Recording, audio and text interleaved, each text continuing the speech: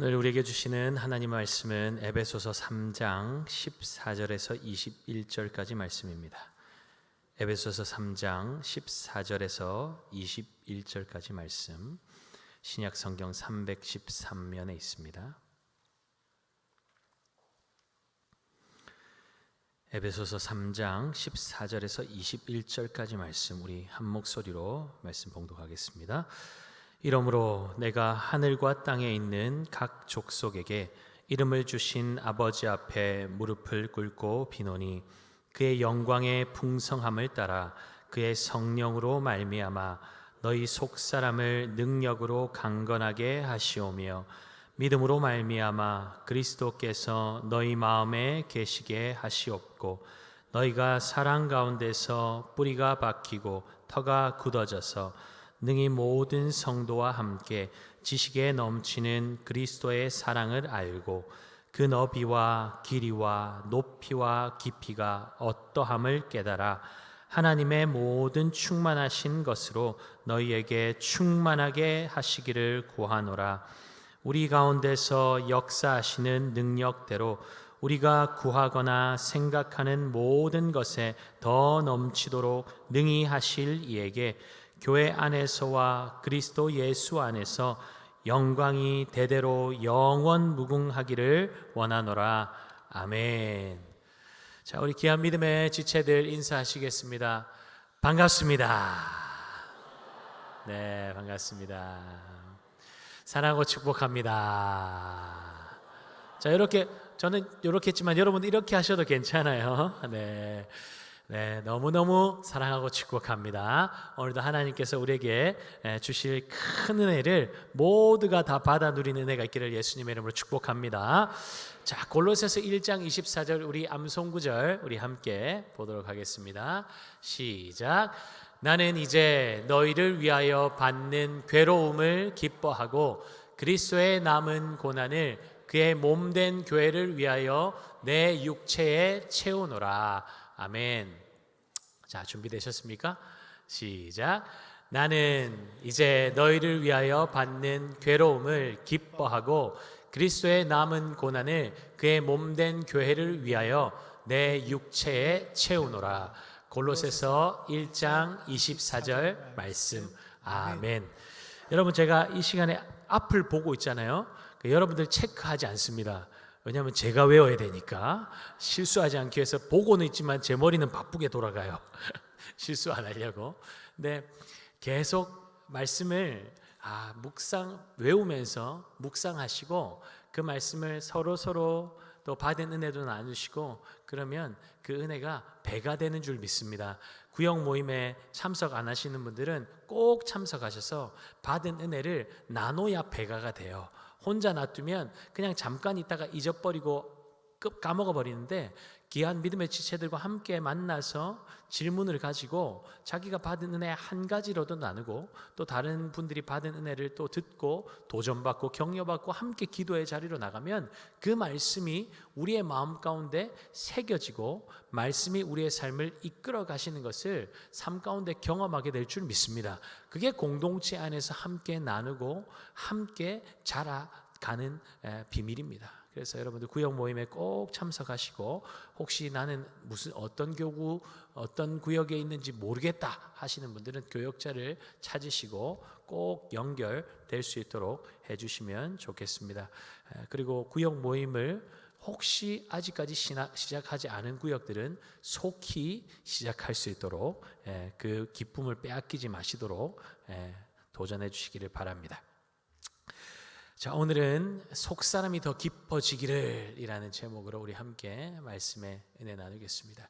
계속 말씀의 제목에 우리의 기도의 제목을 담는 거예요. 주님, 우리의 속사람이 더 깊어지고 더 주님을 깊게 경험하고 또 그런 깊어진 삶을 주님께 드리고 싶습니다. 이런 기도 제목을 우리의 말씀 제목 가운데 담는 거니까 여러분도 함께 말씀의 제목을 보시고 말씀을 읽어가면서 그렇게 또 말씀을 들으면서 여러분들의 마음의 소원을 주님 앞에 올려드리면 주님께서 들으시고 또 내 삶 가운데 역사하시는 것을 경험하게 하실 줄 믿습니다.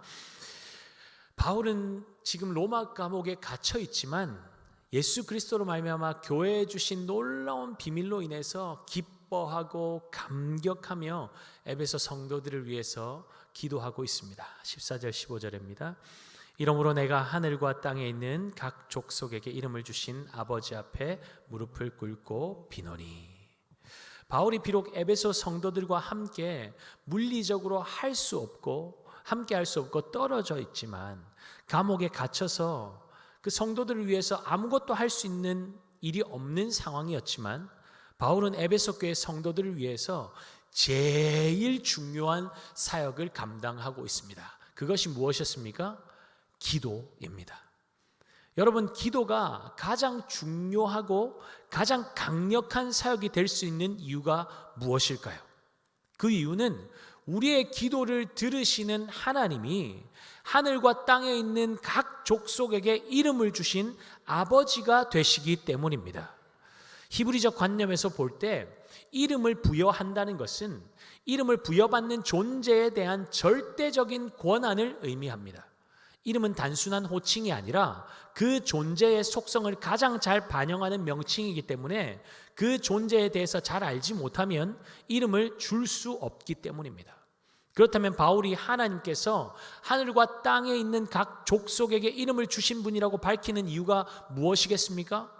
하나님은 창조주이시기에 이 세상의 모든 존재에 대해서 잘 아실 뿐만 아니라 그 모든 것에 대한 권한을 가지고 계신 분이시기에 자신의 기도를 하나님께서 반드시 들어주실 수 있다는 것이죠. 아멘입니까? 여러분, 그 확신이 우리에게 있다면 우리는 그 하나님께 기도해야 합니다. 삶의 어려운 문제를 만났을 때, 국가가 어려움 가운데 있을 때, 우리의 가정의 자녀들이 어려움을 만났을 때 하나님 앞에 엎드려서 그 하나님께 기도해야 하는 것입니다. 바울은 자신의 기도에 대한 응답을 확신하면서 하나님 앞에 엎드려 무릎을 꿇고 에베소 교회 성도들을 위해 기도하고 있습니다. 여러분, 기도하면서 하나님께서 여러분의 기도를 들으실 것이라는 확신 속에 기도하고 계십니까? 내 기도 반드시 들으신다, 응답하신다, 그 믿음으로 기도하십니까?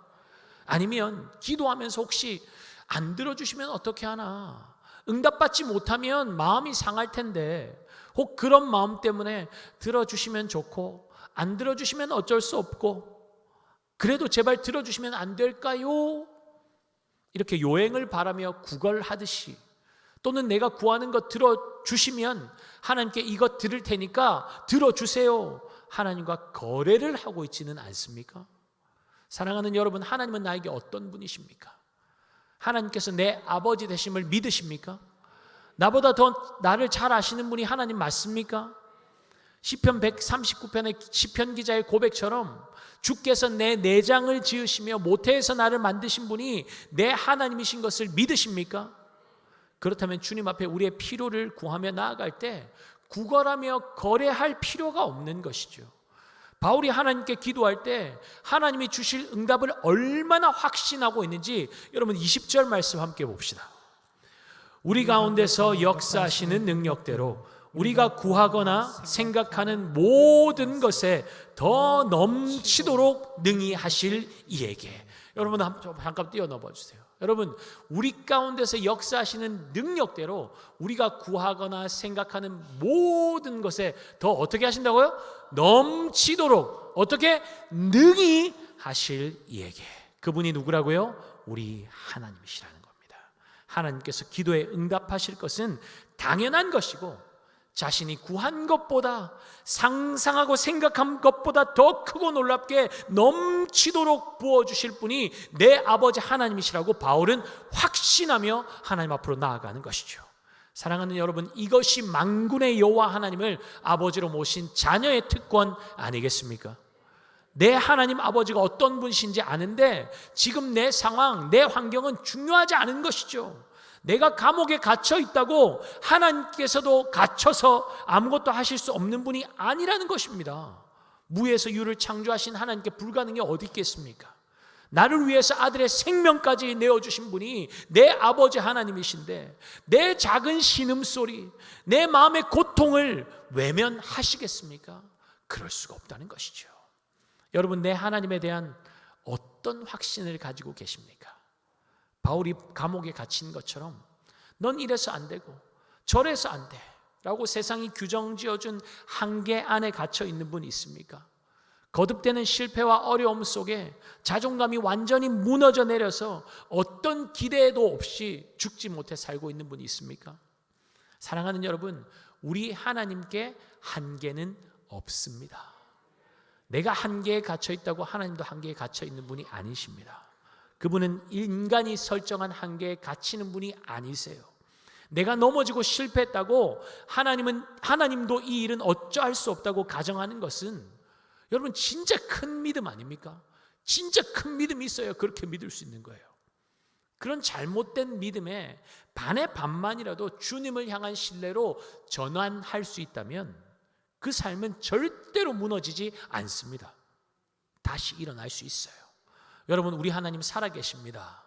병상에 누워있는 분이 있습니까? 의사도 안 된다고 말합니까? 사람들이 끝났다고 말합니까? 그들이 여러분의 생을 책임지시는 하나님이 아닙니다. 왜 그들의 말을 신뢰해요? 왜 그들의 말을 믿어요? 끝나지 않았어요. 내가 일어나지 못하고 있다고 하나님도 넘어져 있는 것이 아닙니다.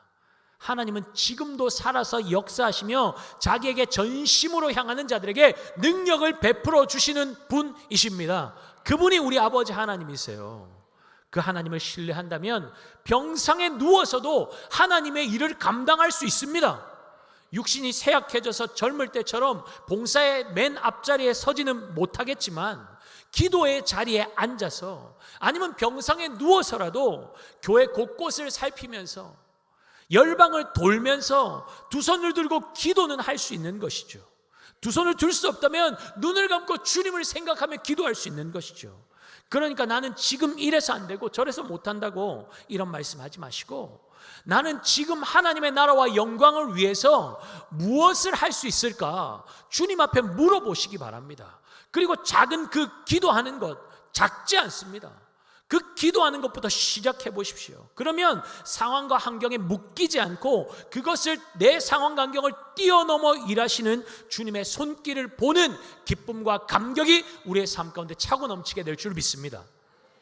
이것은 바울이 에베소 교회 성도들을 위해 강구하고 있는 속사람의 강건함과 깊은 연관이 있습니다. 16절 말씀 함께 보겠습니다. 그의 영광의 풍성함을 따라 그의 성령으로 말미암아 너희 속사람을 능력으로 강건하게 하시오며. 아멘. 우리의 관심은 눈에 보이는 외형적인 것들에 집중되어 있을 때가 많습니다. 연약한 육신을 가졌기 때문이죠. 그런데 바울은 겉사람이 아니라 속사람에 집중하고 있습니다. 보여지는 것보다 보여지지 않는 것들에 더욱더 관심을 기울이고 있는 것이죠. 그 이유가 무엇일까요? 생명의 근원이 속에서, 마음에서 나오기 때문입니다. 사실 바울도 육체의 연약함 때문에 사탄의 가시를 제거해달라고 하나님께 수차례 간절히 기도했죠. 하지만 내 은혜가 내게 족하다라는 주님의 응답을 듣고 그 기도를 멈추었던 경험이 바울에게 있습니다. 이러한 경험을 통해서 육체의 가시는 제거되지 않았지만 그것과 비교할 수 없는 하나님이 쏟아 부어주시는 은혜를 경험하게 되었고, 자신이 무엇을 위해서 마땅히 기도해야 하는지를 깨달게 되었을 것입니다. 육신의 건강의 중요성은 모두가 인식하고 있습니다. 겉으로 드러나기 때문이죠. 그래서 정기적으로 건강검진도 받고 운동도 꾸준히 하고 아프면 약도 먹고 적절한 휴식을 취하기도 합니다. 그런데 영적인 건강은 평소에는 겉으로 드러나지 않으니까 그냥 방치해버리는 경우가 많습니다. 사실 바쁜 세상을 살면서 그것까지 돌아보는 것이 쉽지 않죠. 그런데 문제가 생기거나 위기 상황이 닥치면 영적인 건강을 꾸준히 챙긴 사람과 그렇지 못한 사람의 차이는 너무나 확연하게 차이가 나는 것을 볼 수 있습니다. 물론 본인은 교회에서 봉사하고 섬기는 것만으로 자신의 영적인 건강을 챙기고 있다고 생각할 수도 있습니다.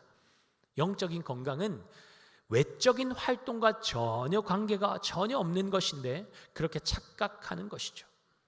며칠 전에 서울 도로 한복판에 싱크홀, 땅이 내려앉아서 구멍이 생기는 현상 때문에 30대 가장이 참변을 당한 안타까운 사고가 뉴스에 보도됐죠. 이러한 현상이 일어나는 것은 지하수나 무엇인가 지표를 지탱할 것이 고갈되었기 때문이라고 합니다. 겉으로 보기에는 땅이 단단해 보이지만 속이 텅 비어 있기 때문에 무게나 압력을 견뎌내지 못하고 결국에는 무너져 내리는 것이 싱크홀 현상입니다. 마찬가지 아닙니까? 내면의 견고함을 쌓는 시간 없이 외적인 활동으로만 대체되고 있다면 자신의 영혼이 망가지는지도 알지 못한 채 살아가다가 어느 날 폭삭 주저앉아 버리는 일이 일어나게 되는 것입니다. 우리 성도님들 중에 정말 기가 막힌 문제를 만난 분들이 많이 있습니다. 그런데 문제 앞에서 어떻게 반응하는지를 보면 그분이 평소 어떻게 자신의 영적인 건강을 돌보았는지 너무나 분명하게 드러나는 것을 봅니다. 분명 이런 상황이라면 원망 불평이 나오는 것이 너무나 당연한데 원망 불평이 없어요. 누구 탓도 하지 않고 시선이 오직 주님께만 집중되어 있습니다. 심지가 견고합니다. 주님 외에 그 무엇도 자신이 만난 이 기막힌 문제를 해결하실 분이 없음을 아니까 분명히 알고 있기 때문입니다. 그런데 평소에 활동은 많지만 잠잠히 주님 앞에 머무는 훈련이 되어 있지 않으면 여기저기 찾아다니느라 분주해요. 은혜의 자리에서 찾아보기가 어렵습니다. 왜 그렇습니까? 그것이 자신의 생활 방식으로 굳어져 버려 있기 때문입니다. 여러분, 교회는 어떻습니까? 어떤 교회가 건강한 교회일까요? 한국 교회는 그동안 폭발적인 부흥과 성장을 경험해 왔죠. 교회가 세상의 문화를 이끌었고 교회에 가면 세상에서는 경험할 수 없는 따뜻한 사랑의 교제가 있었습니다. 교회 다닌다고 하면 일단은 믿고 보는 신뢰감이 교회에 있었습니다. 교회는 세상에도 매력적인 곳이었습니다. 그러나 지금은 전혀 그렇지 않죠. 행동은 없고 말만 번지르하게 하는 위선이 가득한 곳이 교회로 인식되고 있습니다. 신뢰감은 무너져 내렸고 반감만 사는 곳이 되어버렸죠. 왜 그렇습니까? 내실을 탄탄하게 다지는 것보다 보여지는 외형의 마음을 쏟고 그것에 투자해왔기 때문에 여러 사건들을 통해서 교회의 민낯이 여지없이 드러나 버리게 된 것입니다. 내면을 지탱할 힘이 사라지니까 겉모습을 꽤 괜찮게 꾸미고 지탱하던 힘조차도 잃어버려서 와르르 무너져 내려 흉측한 구멍을 만들게 된 것이죠. 결국 중요한 것은 화려한 외형이 아니라 견고한 내면이라는 것입니다. 그렇다면 교회의 건강도는 무엇으로 점검할 수 있습니까? 건물은 당연히 아니고 모이는 성도의 숫자도 아니겠죠. 어떤 양육 프로그램에 있느냐, 목회 철학이 무엇이냐, 얼마나 많은 선교사를 파송하고 선교지에 얼마나 많은 교회를 지었냐, 얼마나 많은 약한 교회들을 섬기고 사회적 약자들을 돌보고 있고 얼마나 많은 사역을 하고 있느냐, 이런 것보다 더 중요한 것은 무엇일까요? 교회 안에 속사람이 강건한 성도가 얼마나 되느냐, 그건 아니겠습니까? 이 톰 레이너라는 교회를 연구하는 학자가 살아나는 교회를 해부하다라는 책을 지었는데 그 책에 보면 죽어가는 교회의 특징을 뭐라고 말하고 있느냐면 책임을 전가하는 교회라고 말하고 있습니다. 많은 교회가 50년 정도 지나면 정체하거나 쇠퇴하는 과정으로 들어간다고 합니다. 그런데 쇠퇴 대신에 오히려 성장하고 더 생기 있게 살아나는 교회가 있는데 그런 교회를 살펴보니까 상황과 환경을 탓하는 것이 아니고 또는 누군가에게 책임을 전가하는 것에서 벗어나서 자신을 살피는 교회는 성장하더라는 것입니다.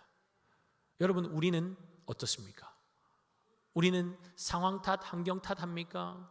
남 탓합니까? 책임을 전가합니까? 아니면 우리 자신을 돌아보고 있습니까?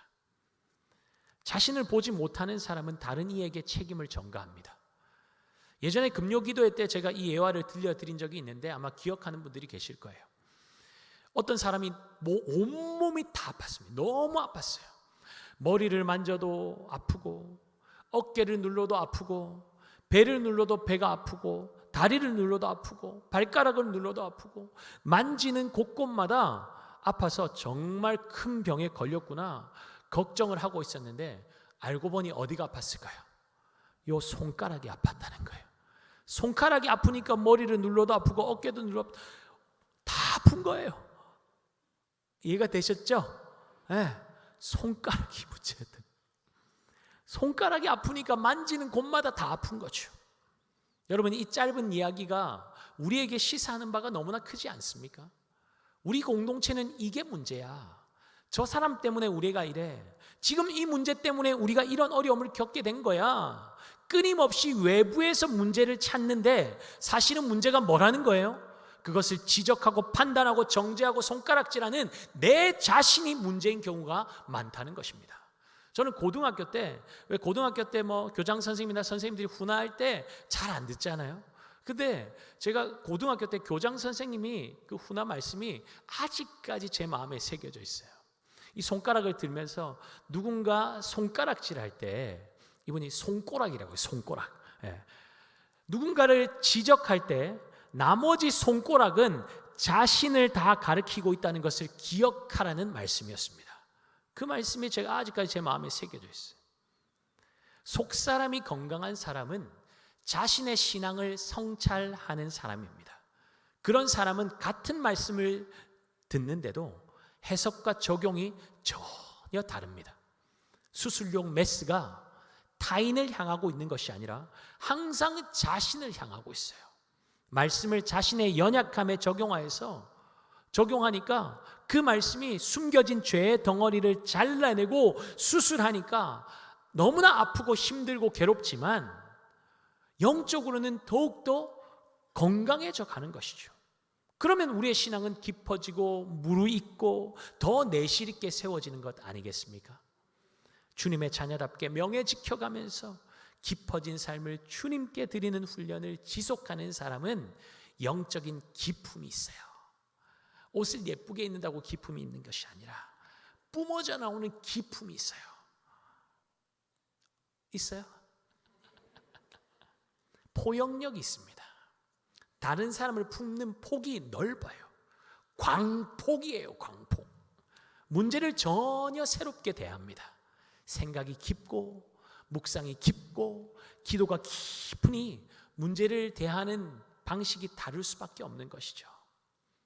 여러분, 지금 여러분의 속사람은 어떠합니까? 하나님의 비밀을 맡은 교회가 쇠퇴하지 않고 세상에 영향력을 끼치는 교회로 건강하게 성장하려면 속사람이 새로워지는 성도들이 많아져야 합니다.